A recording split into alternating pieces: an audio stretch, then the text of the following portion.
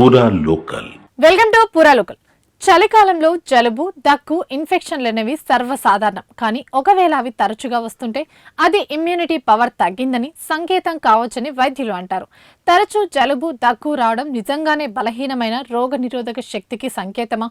దీని గురించి నిపుణులు ఏం చెబుతున్నారో తెలుసుకుందాం.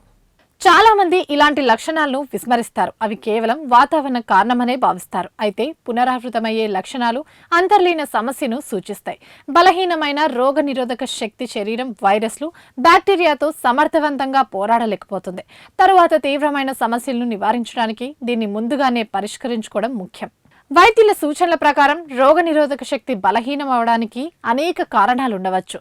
సరైన ఆహారం లేకపోవడం, పోషకాహార లోపాలు, తగినంత నిద్ర లేకపోవడం రోగనిరోధక శక్తిని బలహీనపరుస్తాయి. దీర్ఘకాలిక ఒత్తిడి, మానసిక ఒత్తిడి కూడా శరీర రోగనిరోధక శక్తిని ప్రభావితం చేస్తాయి. శీతాకాలంలో శారీరక శ్రమ తగ్గడం, సూర్యరశ్మి లేకపోవడం వల్ల కూడా రోగనిరోధక శక్తి తగ్గుతుంది. వృద్ధులు, పిల్లలు, ఇప్పటికే ఉన్న పరిస్థితుల్లో ఉన్నవారు ఎక్కువ ప్రమాదంలో ఉన్నట్టే. తరచుగా ఫాస్ట్ ఫుడ్ తినేవారు లేదా తక్కువ నీరు త్రాగేవారికి కూడా రోగనిరోధక శక్తి బలహీనపడే ప్రమాదం ఉంది.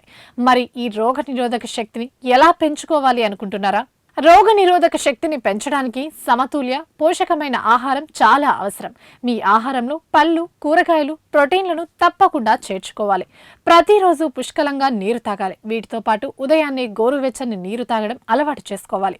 తేలికపాటి వ్యాయామం లేదా యోగా మీ శరీరాన్ని చురుగ్గా ఉంచడంలో సహాయపడుతుంది. తగినంత నిద్రపోవడం, ఒత్తిడిని నివారించడం వల్ల రోగనిరోధక శక్తి బలపడుతుంది. శీతాకాలంలో కొంత సమయం ఎండలో గడపడం ప్రయోజనకరంగా ఉంటుంది. ఇది శరీరానికి అవసరమైన పోషకాలను అందిస్తుంది.